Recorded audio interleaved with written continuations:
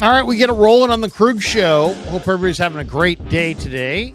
Welcome to the Krug Show. It is July the 27th, 4:39 p.m. on the West Coast, 7:39 on the East Coast.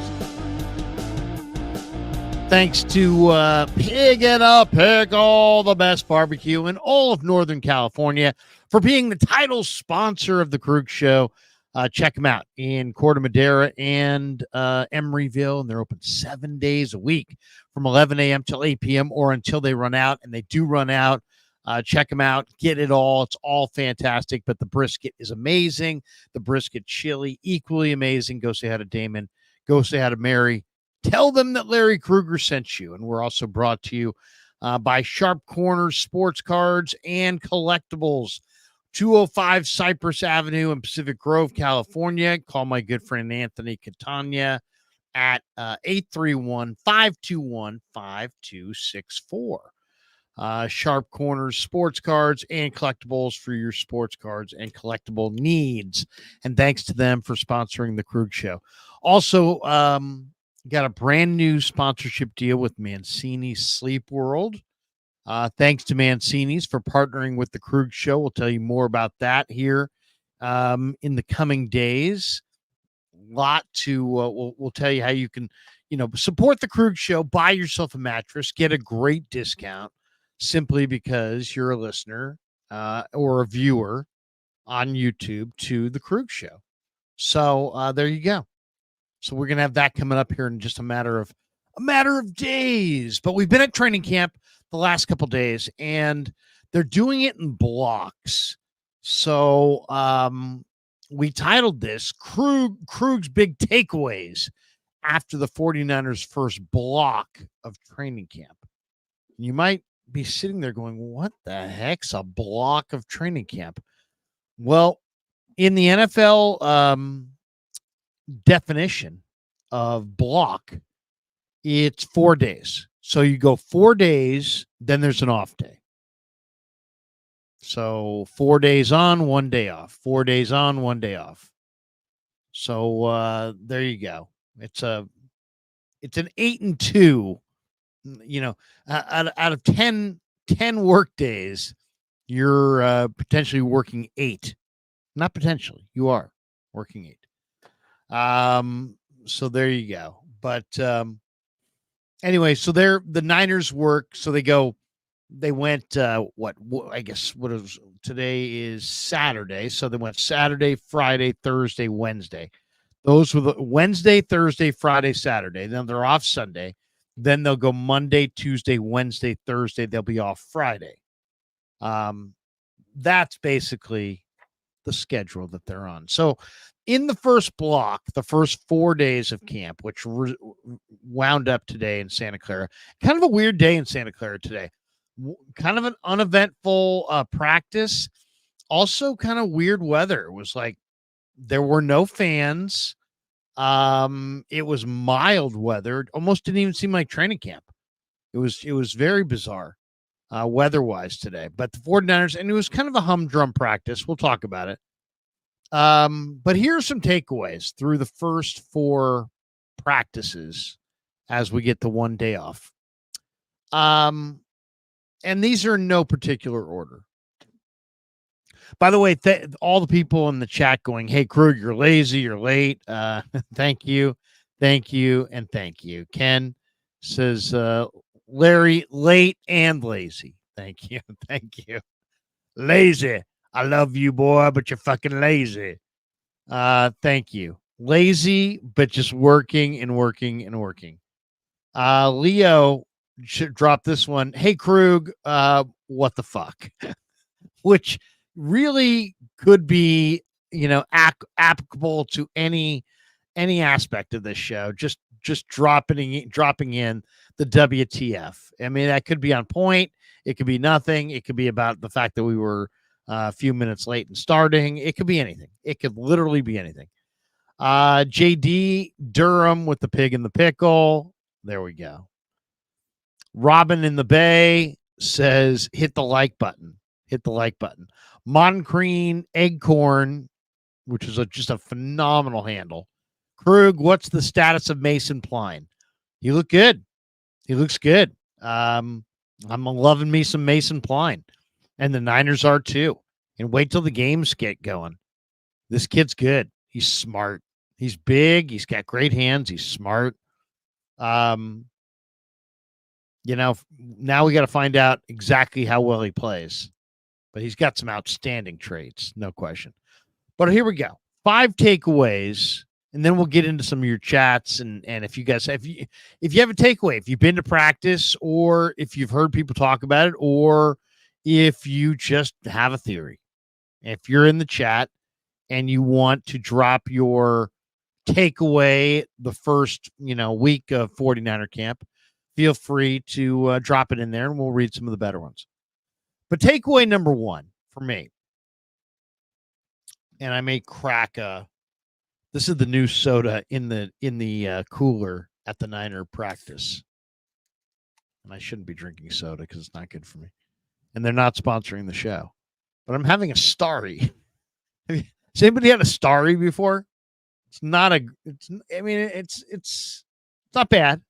It's kind of like a Cragmont lemon lime soda. Kind of like 7-Up, but not quite as tart.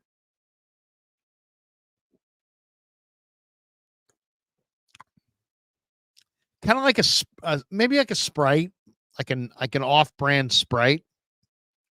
Actually, let's be honest. That is Sprite. And whatever they call this, that was Sprite.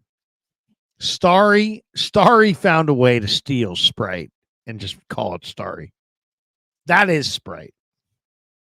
Anyway, I digress. But Moncrine Eggcorn, the status of Mason Pline is he's looking really, really, really good. Really good. And when I say that, I'm saying he's, strong, moving really well. I've already seen him make a few catches. He's a big kid who moves well with sticky hands, big hands, and he's smart. I would say he's got a really good chance at tight end, though it is a loaded field there. But takeaway number 1. Let's get to takeaway number 1. I've got 5 takeaways, and then we'll get into the chat. Takeaway number 1, no particular order, but we're starting with Brock Purdy because everything starts and ends with Brock Purdy anyway, right? Brock Purdy, this idea, and we've all seen this out there. And I'm not going to pretend like everybody says this. I hate when people do that. Everybody says.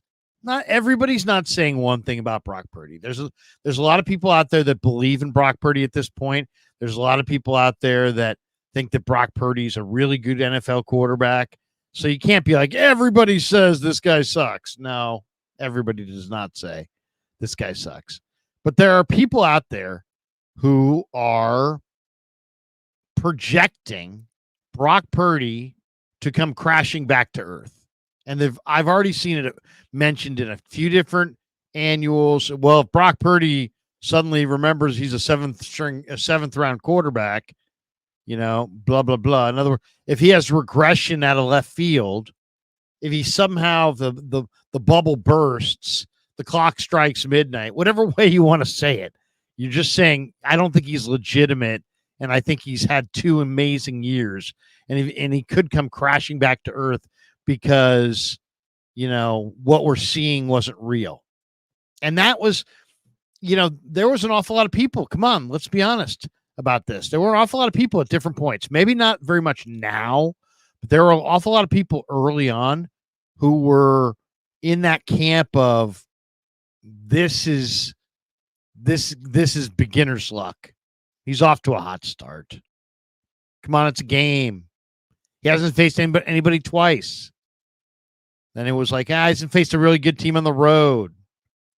And he hasn't beat anybody in the division. He hasn't faced anybody twice. He hasn't won a playoff game. I mean, seriously, we went through every single possible prove it thing with Brock Purdy. And the guy's 17-4 and been to the Super Bowl. But the question is, and the observation is, a lot of people think that Brock Purdy's coming crashing down to earth. And those people are going to be, again, wrong. That's not happening. He's not going to come crashing down to earth. If anything, he's actually improving. He's a little bigger, a little stronger, a little quicker, a little faster through his reads, a little bit more knowledgeable, a little bit better. He didn't have the reps last year, the field reps. He had the mental reps and the film reps. He didn't have the field reps with any of his receivers. This year, he's coming off of an off season where he's had nothing but reps, and lots of reps with any receiver that wanted to go out and run patterns for him. And I'm sure many of his receivers, if not all of them, did exactly that. So, you're talking about a guy now who knows Pearsall and knows Cowing and knows and JJ and knows Ayuk and knows Debo and knows, he knows all of these receivers really, really well. And so there's that, you got to be in sync. And that he's bigger, stronger, more in sync with his receivers. Brock Purdy is not in the regression mode. Brock Purdy is still in the ascension mode. He's still getting better. And I don't think there's any question about that. And to say otherwise, he went from being a rookie to having no off season. This was the first year he's had, experience and an off season. So I think it's very, very likely that Brock Purdy is going to have a better year, which means he's going to have a very good year because he had a really good year last year. I would say 4,000 yards, 30-plus touchdowns, under 10 picks. That's where I'm at with Brock Purdy. But this idea that he's coming crashing down to earth or he's going to have some huge regression, not going to happen. This guy's improving. He's getting better. He's more in sync with his weapons. He has more weapons. They have better depth of talent on the offensive line. So that's bound to be a better unit than it was a year ago. So they averaged 30 a game last year. I think they're going to wind up scoring probably 30 a game, if not more, this year. That's takeaway number one. Takeaway number two, and they're kind of connected, to be honest, is that the Niners, think about it. If you said what defines the 49ers, what's the defining characteristic of the Niners? Like nationally, when you say any team, what comes to mind? You say Chiefs, you think of Mahomes. Immediately, Mahomes, Kelsey, Mahomes and Kelsey. When you think of the Niners, what do you think of? What's the first thing you think of? You think of all those weapons, right? Kittle, Debo, Ayuk, CMC, maybe not in that order, but the weapons. You think of the offensive weapons. The face of the 49ers is not there. I think Nick Bosa is one of the great players in the league, but he's not the face of the Niners. Fred Warner is a great player. He's not the face of the Niners. I think the 49ers have a terrific young defensive backfield. None of those guys are the face of the Niners. The face of the Niners is McCaffrey or Kittle, Debo. You know what I mean? Those are the guys. Debo, it's Kittle, it's McCaffrey, it's Ayuk. The Niners skill position guys are the face of the franchise. And yet, when you go to Niner camp and you think of all the impressive young weapons that they have that aren't any of those guys. In this camp alone, I just named, first of all, that's already an incredible group of weapons, right? Debo Samuel, Brandon Ayuk, George Kittle, Juszczyk, CMC. You got that might be the best 5 eligibles in the game. That weaponry is awesome. That's an incredible group. Okay, so you have that's your starting group. But just in the last 4 days, Braden Willis looks like a ton. Looks like a ton. I mentioned this to Shanahan today, and he agreed. Jacob Cowing, now he's been hurt the last couple of days, so we'll have to find out. I mean, my big concern with Cowing and Pearsall is durability, and they're both hurt. Here we are, where it's July 27th, and they're both hurt. Now, hopefully, neither's hurt seriously. Supposedly, Pearsall's going to be back on Monday from his hamstring. And I don't know if Cowing is resting. He might not be hurt, but he hasn't played the last couple of days. But he looked incredible. He looked absolutely incredible 3 days ago. Wearing number 83 with the sleeves cut off, running routes like a 5-year vet. Great separation vertically. Making catches. I mean, just he looks good. He gives you what you need. Separation vertically. So Braden Willis looks like a player. Cowing looks like a player. Pearsall, in the mini camp before he went out with the hamstring, him and Purdy were clearly had worked together and had a little rapport going. Then there's Cody Schrader, who's a running back who has nice instincts and good explosive traits and can catch the ball and looks like he can be a return man. Knows how to run, knows how to read blocks. And then you've got Isaac Guerrero, who's 6'2", 225 with 4.3 speed. And it's like he had a couple of catches on the sideline in the first practice, and he just made one guy miss and ran down the sideline. And I thought to myself, if all this guy ever did was that, catch the ball in the flat, like as a fullback, and make somebody miss, and then just get down the sideline for a big play. If the only play he had in his arsenal was that play, he would add a tremendous amount to the offense. Just because he's 6'2", 220 with 4.3 speed. Because the bottom line is when you have Kittle and Debo and Ayuk and CMC and you've got all this bevy of weapons, the fullback's getting one-on-one, coverage. You can't commit two guys to the fullback when you have all those weapons. So you've got your fullback isolated in space. Could you imagine what Shanahan could do with Isaac Guerrero isolated in space? It could be really, really scary because Guerrero moves like a much smaller player. I mean, he's just got a revved up engine. He's just fast. He's just big and just fast. You get him and he makes one guy miss and he gets 3-4 steps down the sidelines. He's gone at 227 pounds.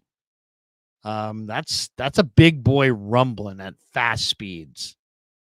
There aren't too many guys in the league that are close to 230 that can run 4.3s in the low 4.3s. And that's what Guerrero did, and that's what he does. And you saw it, if you were an SC fan, you saw it up close in the bowl game. There was an awful lot of Guerrero. Anyway, but he's another guy. So you got. I mean, you think about it. You got Braden Willis, Jacob Cowing, Ricky Pearsall, Cody Schrader, Isaac Guerrero, and then Pline. I mentioned Pline. Pline's 6'8" with good hands, big hands, and he's making catches and he's athletic. He looks good. I mean, I can't wait to see them put on the pads and see what Pline has, but I think he could be a red zone monster. 6'8" former basketball player with 10.5-inch hands. He's a mechanical engineering major. I was just watching him today. There was one play. He's lined up on the right side of the formation, and the play calls for him to go in motion across the formation and basically reset himself from the right to the left side of the formation in the middle of the play.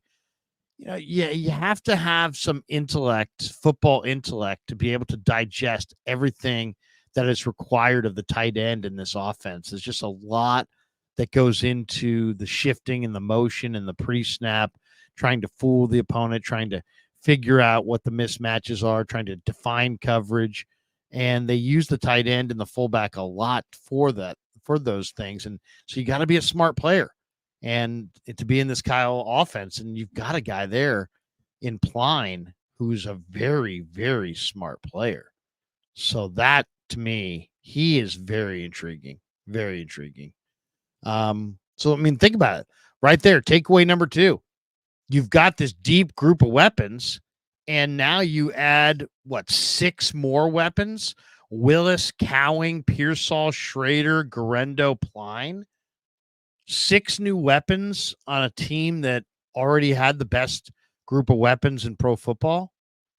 That's nice.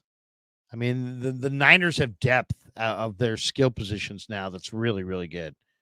All right, number 3, observation number 3. The offensive line has quality depth. I mean, we talked to Jake Brendel today after practice, and Jake Brendel was a Pro Bowl alternate, not this last year, but 2 years ago, and started in the Super Bowl for the NFC champion Niners and started all year at center. And yet he is going to be in the fight of his life for his job because Drake Nugent can play center. Bryson Mays can play center. Ben Barch can play center. Nick Zakelj, who's Brock Purdy's best friend, by the way, and is a versatile offensive lineman. He can play some center. Smart guy, 6'4", 320-pound prospect from Fordham. So there's a lot of guys there that can play the center position. And, Jake Brendel is going to be challenged to keep that job. I mean, he is absolutely going to be challenged. Barch, I think, is probably good enough to beat him out. Barch is an accomplished player, a young veteran. Nugent is a little short, but he's a great prospect. And then you also have Jarrett Kingston. They're playing Kingston a little bit more at tackle so far. By the way, Spencer Burford has a broken hand, and I don't know how long he's going to be out, but he is going to be out for some period of time. And I don't know exactly what type. We'll find out more, and I'm not sure how long he's going to be out, but that came up today that he has a broken hand. So, you just never can have enough depth. But I was going to say the one thing I do love about the Niners, my third point, is that this year they've brought in quality depth. I mean, Dominic Pooney looks like a good prospect. Jarrett Kingston is a power lifter, really strong but really good feet. They're trying him at right tackle. Drake Nugent looks like a good prospect. Bryson Mays has a tremendous lower body for offensive line play. Big, strong, wide, but athletic legs. Ben Barch is a young player. Jalen Moore is a young tackle they really like. And then Zakelj, a lot of people don't think much of him because he hasn't done much. And he was a late round pick of the Niners. He hasn't really played. He's been on the bench. But he is, I've talked to the guy many times. He checks a lot of the boxes that you're looking for in an offensive lineman. He's smart. He's really tough. He's versatile. When I say smart, too, the guy went to Fordham. I mean, this guy's really smart. So I'll say this. I mean, Trent Williams is holding out right now. Eventually he'll be back. Aaron Banks is your starting left guard. Your right guard, it could be Feliciano or it could be Spencer Burford, or you never know. I mean, it could be Dominic Pooney. The right tackle is likely going to be Colton McKivitz. The center's most likely going to be Jake Brendel, but they could go in a number of different directions based on how Zakelj plays and Barch and Mays and Nugent and Kingston and Pooney. And so, and they're all really interesting when you watch them in practice. I mean, Pooney's a big, rumbling, athletic guy who loves to hit. Kingston looks more like a power lifter. I mean, he's got, and he really, he looks really, really athletic. Nugent is short, but very broad, and he's a smart player. This guy's a really smart player at Stanford. So they're all a little different. Zakel's a tall center, but who can play guard as well. So, I mean, the battle inside, and Brendel even referenced it when we talked to him after practice.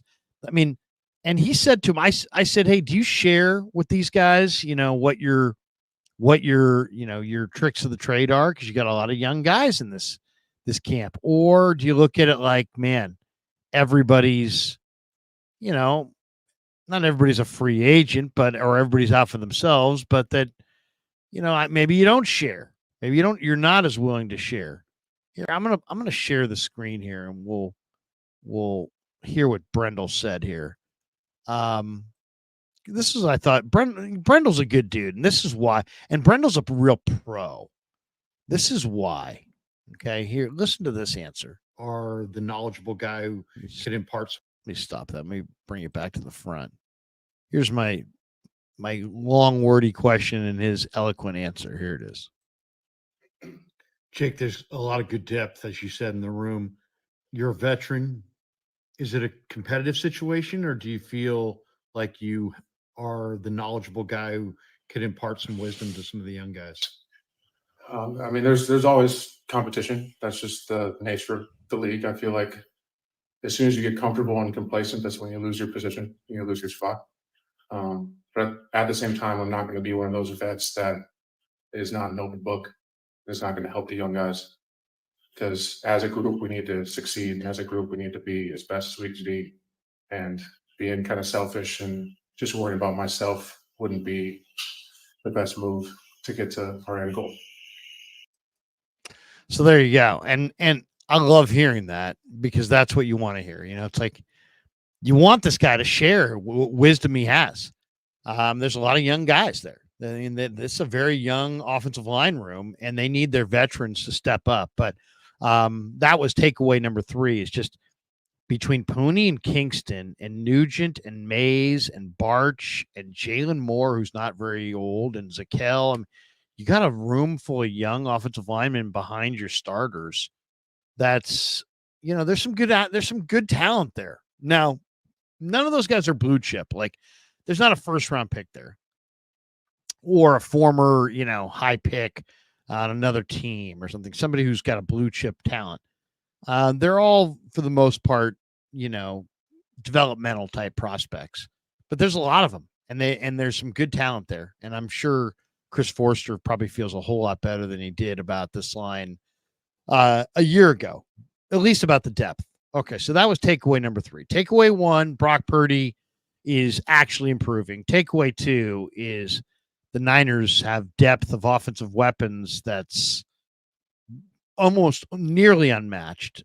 Takeaway 3 is that the offensive line may not look like it's improved at all if you just look at last year's lineup to this year's lineup, because it may be the exact same lineup, but there's actually quality depth beneath that's been drafted, and now it's being developed. And I would imagine 1 or 2 of those guys breaks in this year. And if I had to bet on it, I would probably say it's Pooney at right guard.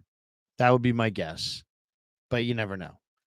Takeaway 4 is that Leonard Floyd just looks great. I mean, it's so funny because Leonard Floyd is a speed rusher, but he's had great longevity and production and he's durability in the NFL. And you're like, how can a guy who's 6'6", 245, super angular, have this kind of like basketball type build, and then have the longevity and the durability that Floyd has enjoyed in the NFL as a pro? And then you look at him at practice and you can just see, I mean, he's just got absolutely the perfect pass rusher's build, but he also has, really, really strong legs, really, really strong upper body.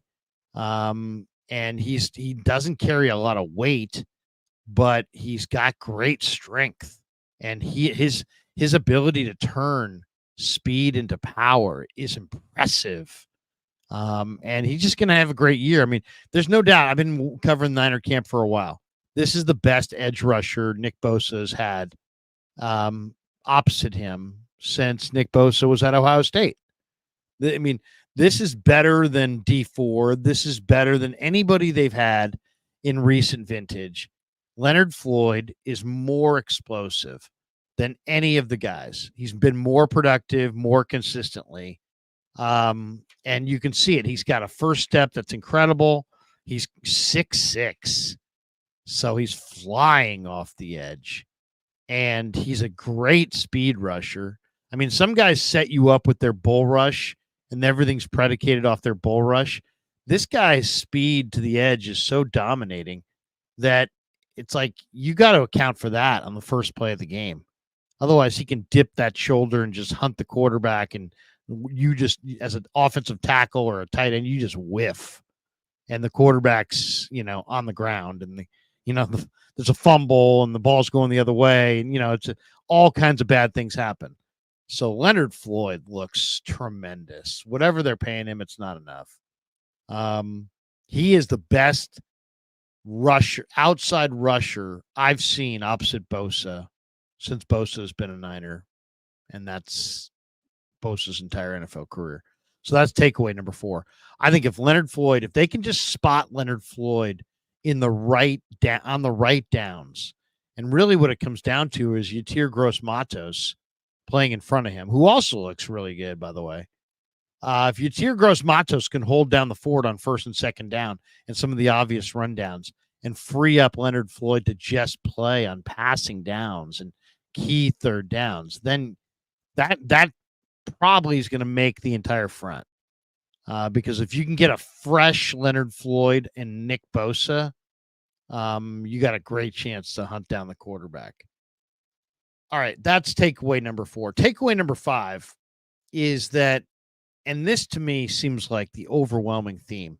You said, Krug, you've been at Niner camp. Give me the theme. What's the theme? There's always a theme. What is it this year? I'm a personnel guy. So I always think of the players. Where's the talent, right?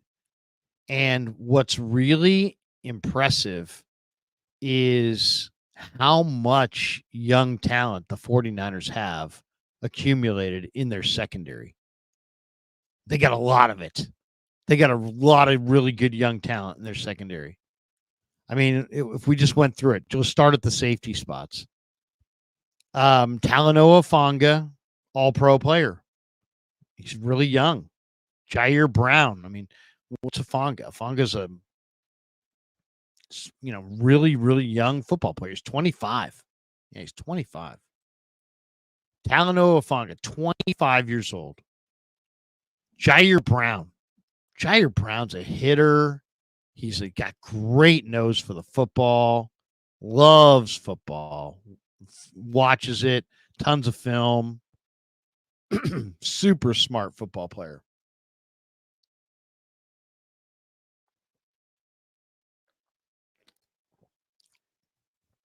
Coming off an amazing year. He's 24.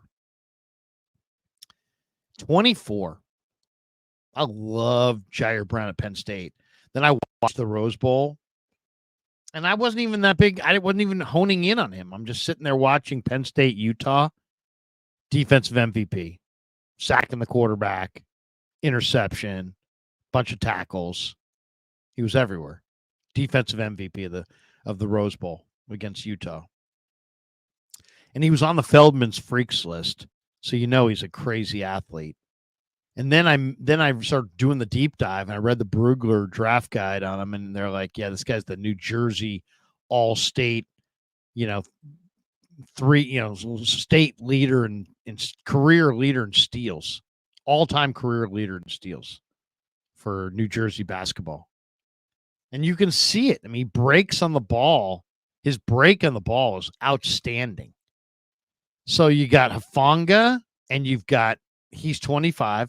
Jair Brown, he's 24. Those are your starting safeties. You just drafted Malik Mustafa. By the way, people, it's Malik. Okay. So if you hear someone say Malik, they're wrong. It's Malik. Malik Mustafa. Believe me, everybody's going to know this guy's name before long because he is bad A. I mean, he had an interception the other day. That's one of the greatest plays I've seen in camp in years. Simple go route. I think it was Dobbs, or maybe it was Allen. Dobbs or Allen throwing the ball. I forget who the corner was. I think it was Womack. And it's Danny Gray. And you got Mustafa playing in the middle. And he just comes over. And a lot of safeties will come over a little bit late. And it's still kind of, they're there, but only if the receiver comes down with it. Are they impacting the play? Some guys will get there too early and then they throw the flag. Some guys will get there way late and they're just a non-factor. Timing it with the ball in the air is half the play. This guy, Malik Mustafa, sprints over there full speed. He's 5'10", 206. The guy looked like he jumped 10 feet into the air. He outjumps the receiver and the corner, and with one arm reaches up, grabs it, and just brings it back, just like my football. Like how dare you guys touch this football? Like, this is, I'm not just picking this off. I'm picking this off, and I'm doing it with freaking ease to show you what a bad A I really am. It was amazing. He just ripped it out of the air with one arm. It's the kind of play that you make early in training camp as a rookie to be like, there's a new sheriff in town. It was an amazing play. I mean, if this could have been very fortunate in that this guy made a couple other amazing plays in this 4-day block, but could just be a hot start, granted, but I don't think so. He was pretty good at Wake Forest. I loved him in the draft. Anybody who's been watching me on this channel knows that I loved Malik Mustafa in the draft well before the Niners ever picked him. It was a terrible year for safeties in the draft, and yet Mustafa was amazing, and you could tell. Coverage, he can cover. Hitter, every bit the biggest hitter you're going to find. So you got a cover guy who's a hitter, and then you're just like, well, is he a leader? Yeah, he's a leader. Does he love football? Oh, yeah, he leads by example. You know, lives to play the game. You know, all those kinds of things, all the things that matter. This guy's just really grade A. So think about that. So now he's 22. Those are your safeties. Hufanga, Brown, and Mustafa. You also have George Odom, who's a special teamer, phenomenal special teamer. George Odom is only 30 in his own right. He's one of the best special teamers in all of football. He's an all-pro special teamer. So you have 3 safeties and 1 special teamer, and you're going with 4 safeties. Your 3 safeties are all great and young. And then look at your corners. I mean, Mooney's your veteran. He's 28. That's a young corner. Isaac Yadam is still a young man. He's 28. I mean, that's still a relatively young corner. Yadam's coming off of his career year. And then you look around at the rest of the Niner corners. Demo Lenore's 24 years old. He's a tremendous player. He's really good. I love Demo Lenore. I think he's one of the best young DBs in the sport right now. Ambry Thomas can look great and he can look bad. In a lot of ways, he's the physical prototype. 6 feet, 90. He ran in the 4.3s coming out of Michigan. There was a reason that he was a 3rd-round pick. He's got great measurables. He's a tremendous athlete. The Niners really have turned it around the last couple of years when they've gotten Ambry on the field. A lot of people are very critical of him, but and he's been very inconsistent, but he's still only 24. Ambry Thomas is 24. So, I mean, another guy who's really young. Ambry Thomas. And then you're looking at Renardo Green running around out there from Florida State. He's 23. He's a baby. Rookie out of Florida State. He's damn good, by the way. Renardo Green's just super cocky, confident cover guy. Samuel Womack is 25. Samuel Womack is a good corner. I know it hasn't happened for him yet. I don't, you'd have to ask around and find out exactly why. I'm telling you right now, the guy can play. And if he goes somewhere else, he'll play well for whoever he plays for. He can play. He's an NFL caliber corner for sure. You know who had a great play today? He had a pick yesterday, and he had a phenomenal play today. Was Darrell Luter Jr. He's wearing number 28. He had a play today on the sideline. It was just an amazing play. He's 24. 6 feet, 190, super long arms. So he plays like more like 6'3" on the field. He plays really tall. So, I mean, that's takeaway number one. That you think of the 49ers and you're thinking, and we've been worrying the last few years about the secondary. Do they need more help? And they got to get more help in the secondary, and they got to get more help on the corner. And they've officially solved this problem. This is a deep and talented secondary that's all in their young prime. I mean, they're all ready to roll right now. And the oldest guy's 28, which is, I would say, the apex of an NFL career. It's probably around 27, 28. That's Mooney. So he's the old man in the group at 28. So he's in the super prime. And then Isaac Yadam is coming off a tremendous year, and he looks great out there. He's physically dominating, very big, long arm guy. And then Lenore's a young fella. So's Ambry. So's Renardo. So's Womack. So's Luter. I mean, and then they have other guys too. They have Rock Ya-Sin, and they have Chase Lucas. I mean, they've got some other guys there too that they could lean on if they wanted to. Rock Ya-Sin is a good player too. Rock Ya-Sin there's nothing wrong with Rock Ya-Sin as a NFL backup corner, in the mix there. So that's the number one takeaway, is that the 49ers secondary stacked with good young players. Probably going to keep 10 in your secondary. So if you count, you get Mooney, Hufanga, Jair, Yadam, Lenore, Ambry, Mustafa, Odom, Renardo Green, Womack. That's 10 right there. And that you still don't have, that doesn't account for Luter or Rock Ya-Sin. So they're loaded.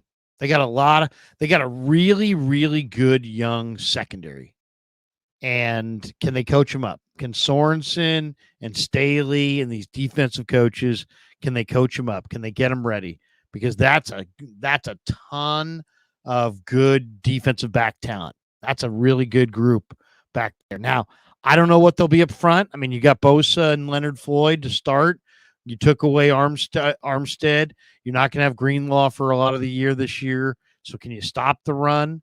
How good's Malik Collins? I don't know. How good's Jordan Elliott? I don't know. Is Drake Jackson going to come of age this year? Hopefully. Is Yatir Gross-Matos and Robert Beal? Are these guys going to give you a quality run? I mean, if I knew that Beal and Drake Jackson and Yatir Gross-Matos were all going to, really fire and have good years, I'd feel great about the 49ers because I think that's a big question mark. The depth at defensive end is a big question mark. Can they stop the run, especially without, Armstead, Greenlaw, and Hufanga to start, which are maybe your three best run defenders last year, and you may be without them week one against the Jets. So can you stop the run? That's one. How much do you miss Armstead? You replaced Armstead and Kinlaw with, Malik Collins and Jordan Elliott. That's a big one. And then, are there any surprises? I'll say this. Every camp has surprises. And it never quite, there's negative surprises too, right?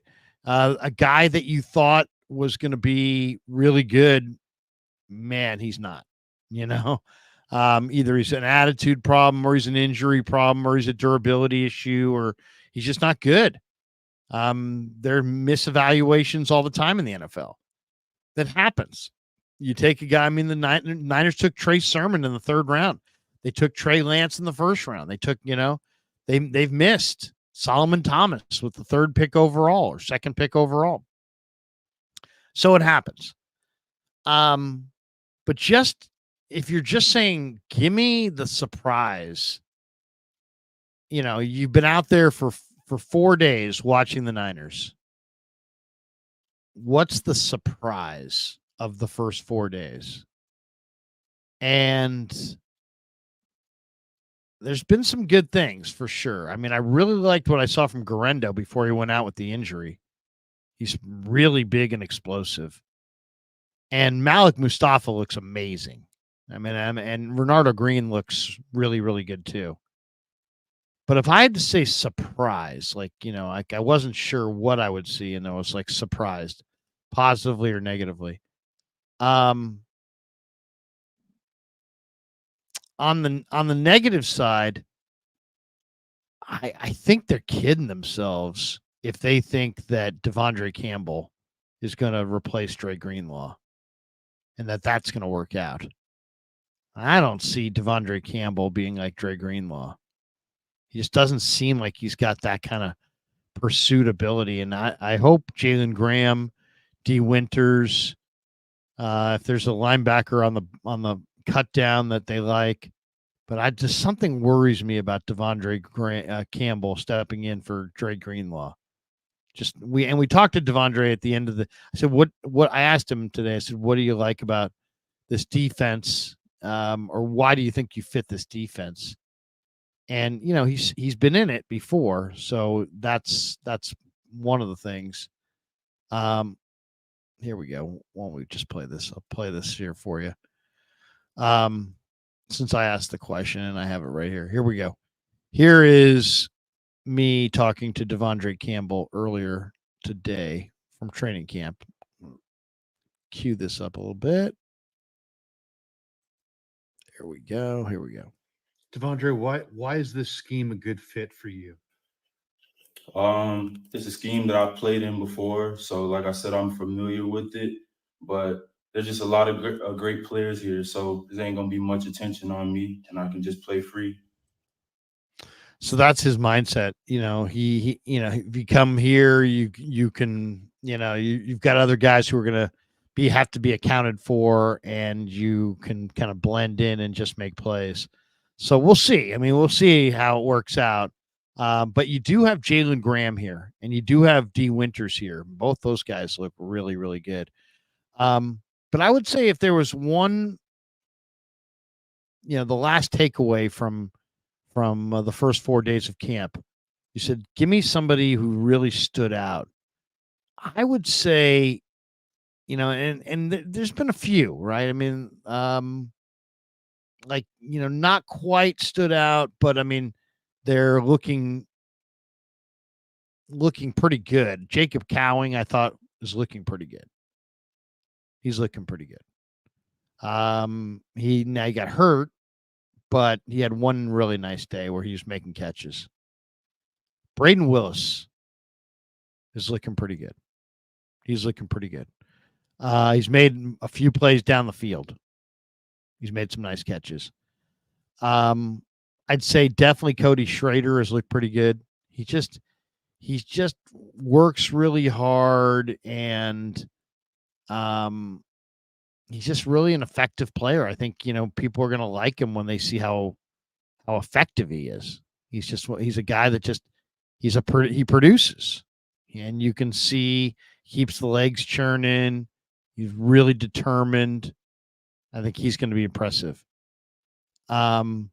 But the guys I'm thinking of, you said, who stood out to you? Give me somebody that stood out that you're like, whoa, didn't expect to see that.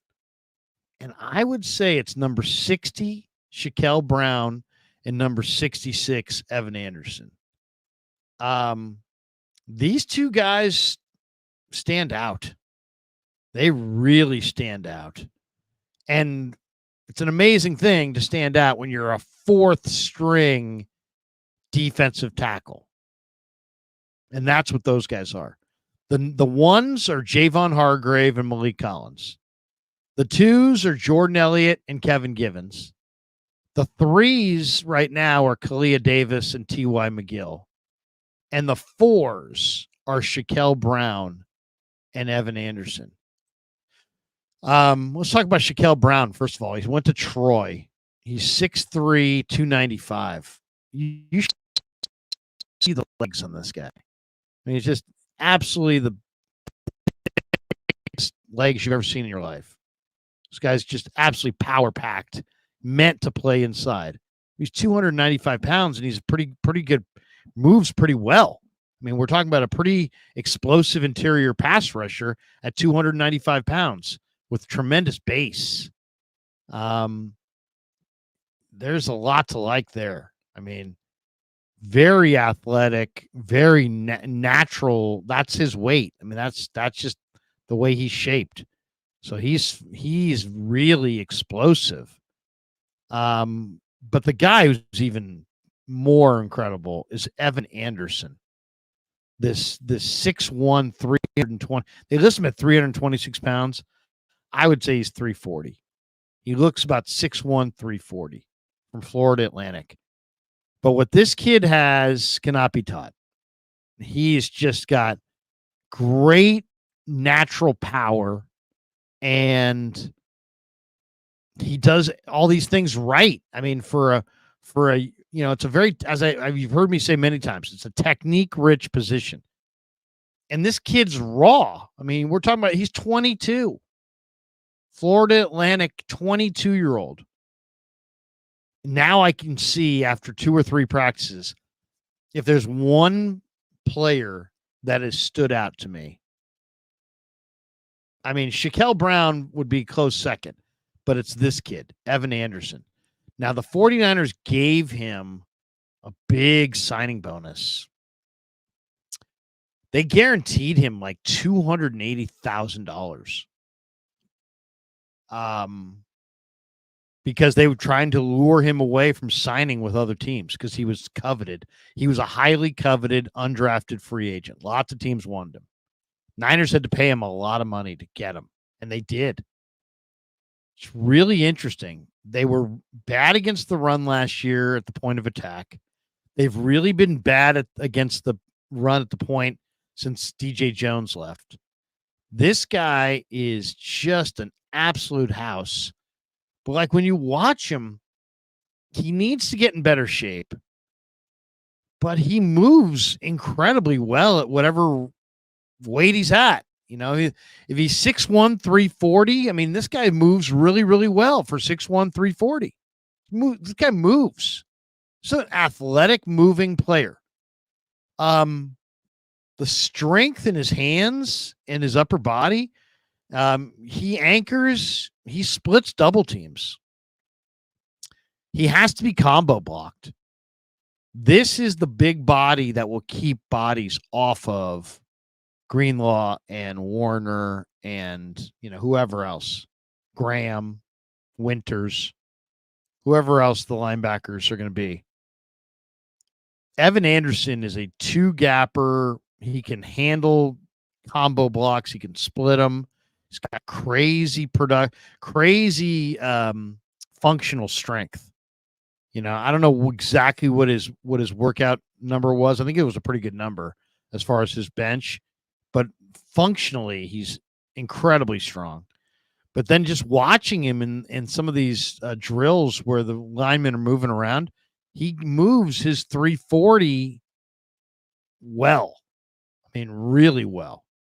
And his natural strength is great. So there's a ton to love about Evan Anderson. I mean, You get that guy in the right program, dedicated around some, a coach that really can get him going.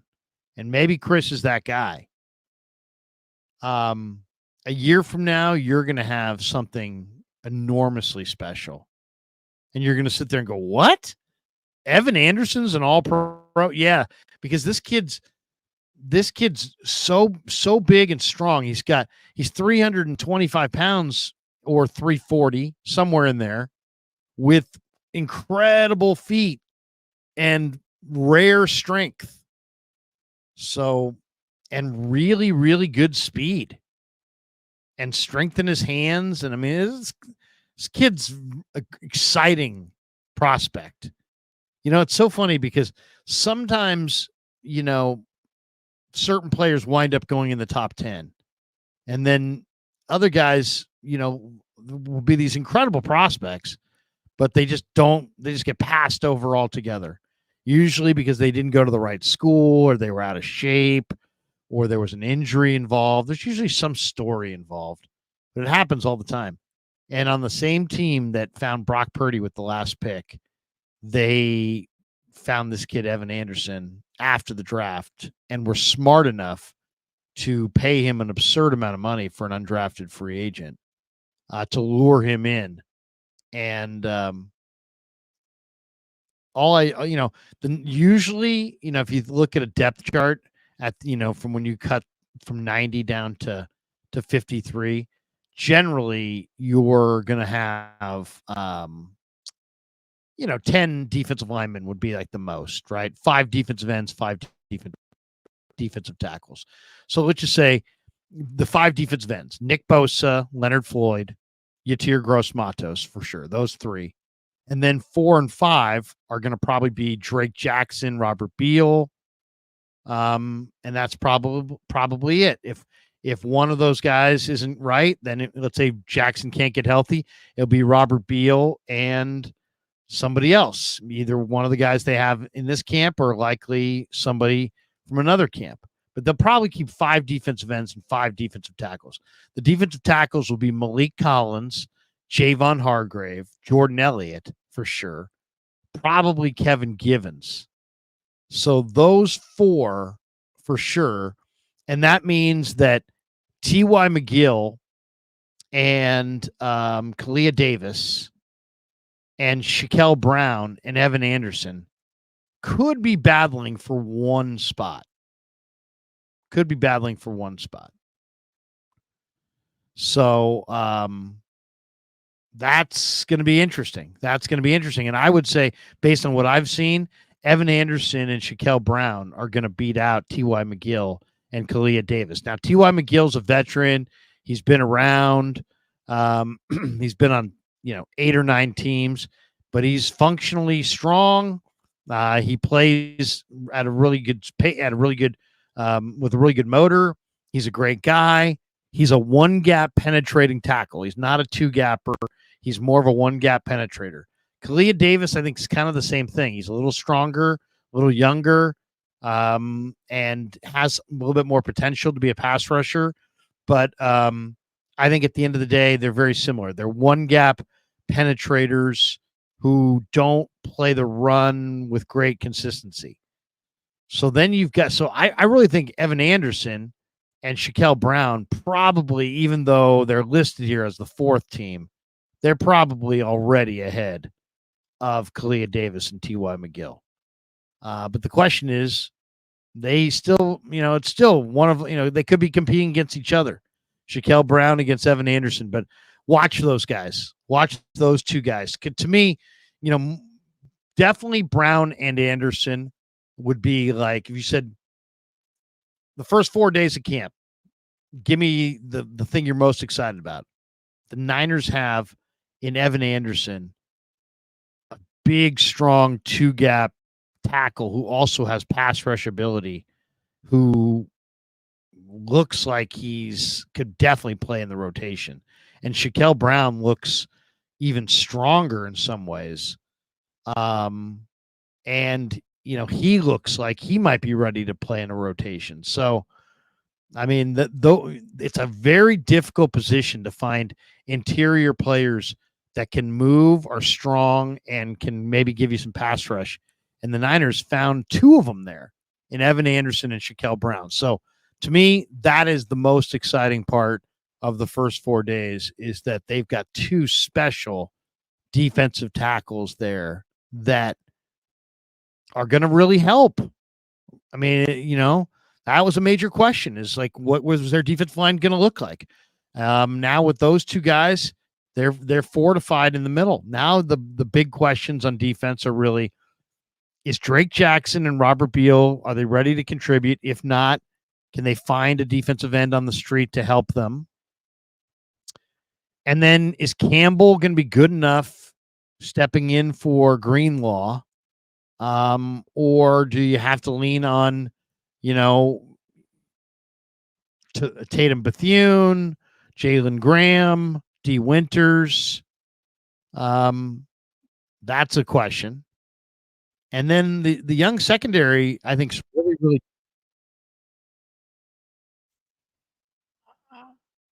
I think the young secondary is so talented that I'm not really that concerned about, do they have a lot of questions in their secondary? So that's it right there. To me, if there was the number one takeaway, surprise, were those two defensive tackles. But the number one takeaway in the first four days of camp is that between Jair Brown and Afonga and Mustafa at safety, and then Lenore, Ambry, Womack, Green, Yadam, and Mooney, the Niners are fortified in the defensive backfield with not just guys, but depth and talent and youth. So that's exciting. That really is exciting. And so the combination of the takeaways, it's a very positive takeaways. I mean, there aren't a lot of negative takeaways here. I guess if I had to go super negative and think of a takeaway, I don't see, I'd be very concerned if George Kittle went down, because George Kittle is so on a different level. And they really also, now with Greenlaw out, really can't afford to lose Fred Warner. So those two guys, there's a lot of pressure to not lose those two guys.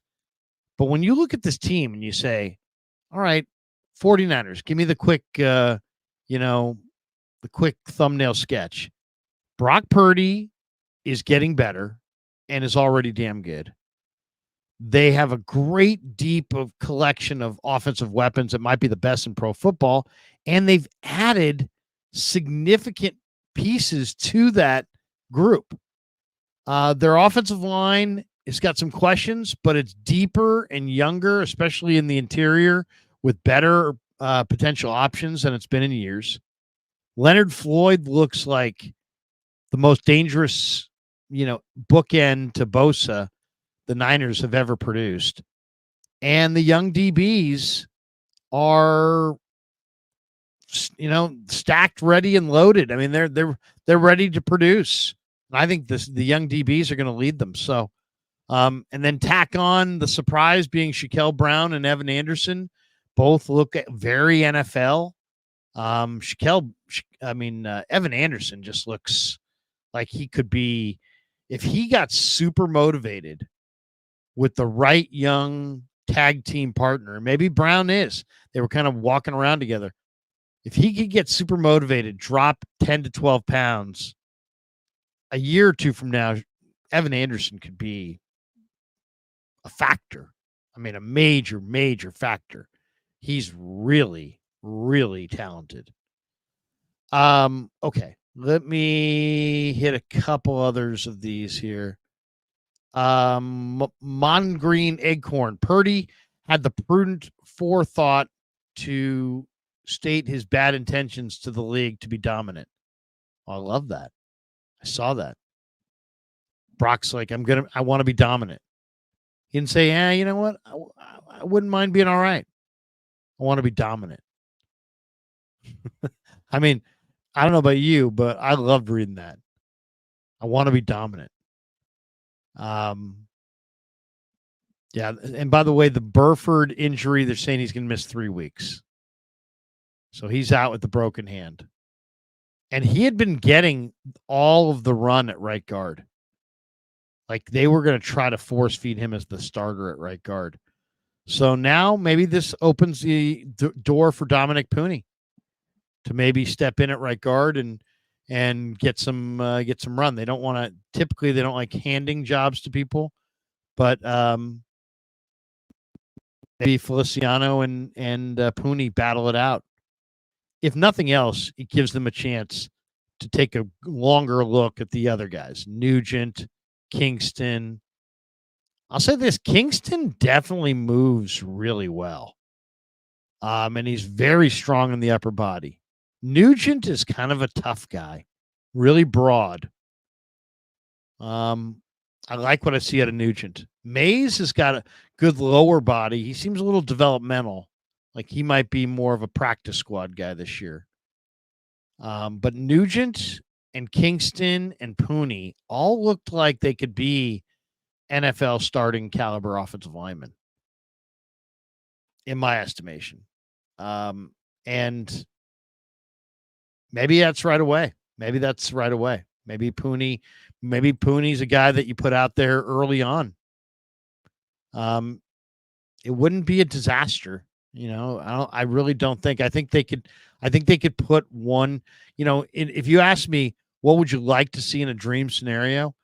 I would not mind seeing Feliciano and Brendel play off the bench and see Nugent and Pooney or Nugent and Kingston or Pooney and Kingston, some combination of the young guys play to give them a little bit more pop in the run game, maybe a little bit more athleticism, and then have Brendel and have,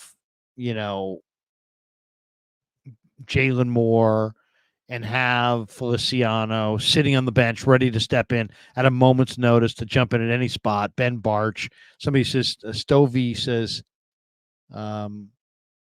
he says, wait, I was moving faster. He goes, why not Ben Barch? He's saying at center. Yeah, Ben Barch. Could be Ben Barch. It's a good call. Could very well be Ben Barch. That's the thing with the 49ers this year. I mean, they have a bunch of guys. They're in a good spot. If you really look at where they're at, I mean, offensive line, you're going to go typically with nine offensive linemen, your 5 starters and 4 backups. And your 5 starters are Trent Williams, Aaron Banks, right now, Jake Brendel, Feliciano, Colton McKivitz. And your backups are Jalen Moore and Dominic Pooney and Burford. And you also have Ben Barch. You also have Brandon Parker. You have Chris Hubbard. You have Jared Kingston. You have Drake Nugent, Bryson Mays, Nick Sakel. So they've got good depth there. I mean, it's going to be a great competition. It really is, for those backup offensive line jobs for sure. So overall, I mean, I think if you're a 49er fan, after the first 4, practices, okay, so, you had a couple injuries, but nothing crazy. And Garendo's going to, now Burford's going to be out, let's say roughly a month. Garendo's probably going to be out a few weeks with the hamstring. Couple injuries, nothing crazy, as I said.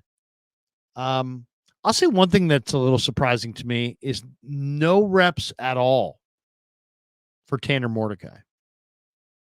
None. Which makes me wonder, because last year they did give their 4th string quarterback some run early on.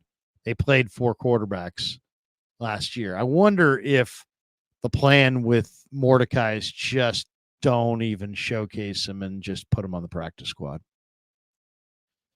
Develop him on the practice squad and don't even play him at all in the preseason. I don't know. I'm not sure, but he has not played at all so far. But yeah, those 2 defensive linemen, I would say would be the pleasant surprise thus far because I really wasn't expecting to see much out of Shaquille Brown and Evan Anderson, and yet they look like they could be a very, very good combination. And then I'll tell you the other thing that's going to be really interesting, and the more I watch, and I watched it today, was they're practicing the new kickoff rules. And it's really interesting because nobody's ever seen it before. So, like, while we're watching it being practiced, we're watching it like it's not like we have years and years and years and years and years of watching this play. These rules didn't even exist. It's totally contrived. Everything about it's first time ever. So we don't know what it is. So it's a total, explore kind of situation. The thing that's so interesting is what kind of return guy is going to thrive in with these new rules. And I think the Niners kind of showed their hand that they don't know what kind of return guy is going to do it. So they just brought in every kind of return guy there is. And if you look at it, it's really interesting. So that right now you have Trent Taylor. Well, what's Trent Taylor good at? He might be the most sure-handed return guy there is. He's small. He's not fast. But he's very sure-handed. He makes really good decisions. So it's kind of if you're just trying to be like, you know what? We don't want to lose games with this. And we don't know what we're doing. Fine. Put Trent Taylor back there. You know he'll catch it. Then there's the other end of the spectrum. Danny Gray. Danny Gray's probably sub 4.3. He's super fast. And it's like you get him, 3 or 4 steps, and he could be gone. I mean, he is super fast. Then there's Cowing, who's really quick as well, maybe a tick slower. But he's also a great option. Then there's Ronnie Bell, who's got really, really good hands, but then he's dropped a couple. Then there's Pearsall, if you want to use Pearsall. Debo, who's very physical. There's Isaac Guerendo, very physical. There's Patrick Taylor. There's Cody Schrader. There's Elijah Mitchell. There's Jordan Mason. I mean, they have a lot of options for who they want back there, catching kickoffs. And just from watching the play, I mean, think of it this way: in the old, punt return world or the kickoff return world, you're watching everybody sprint down full speed while the ball's in the air, and then the kick returner or the punter has to sometimes catch it, sometimes fair catch it, sometimes catch it and take a hit. If the coverage is right in his face, sometimes he'll call for a fair catch and he'll still take a hit. That's that play. Well, this play is different in that the coverage unit is not allowed to run at all until the receiver has the ball.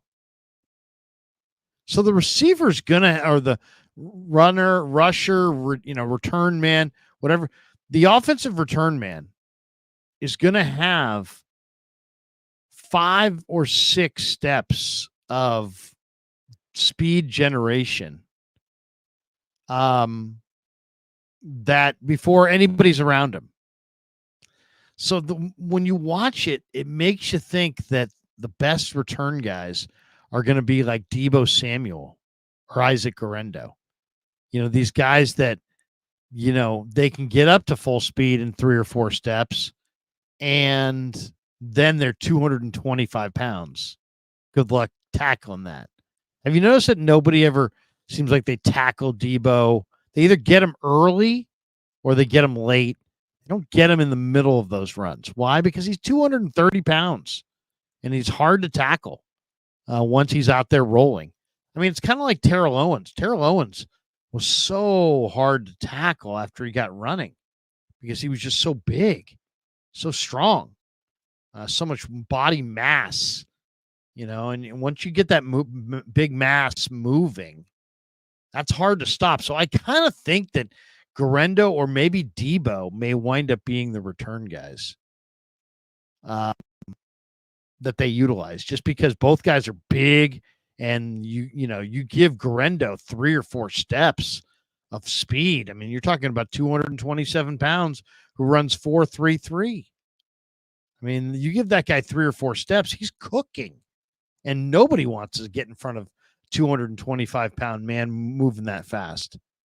That's going to be painful for defenses. So that was the other interesting takeaway, is just that,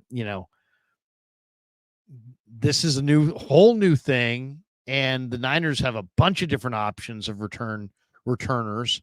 And I think they're probably going to go with Debo. And I think that's probably the smart play.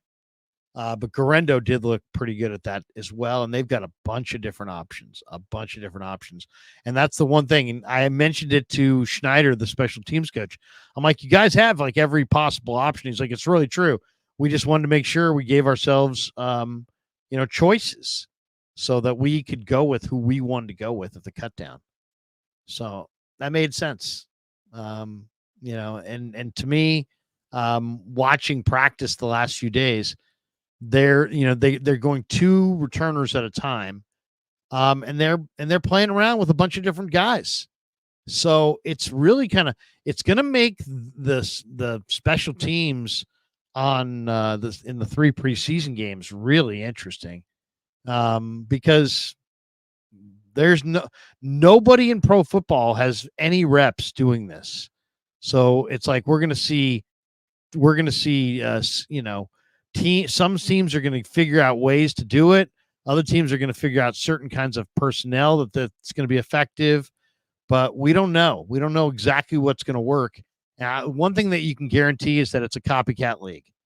So if the Niners come out with Debo and they do well with it, then every 230-pound, running back receiver combo that they can find is going to get an opportunity to replicate what Debo did.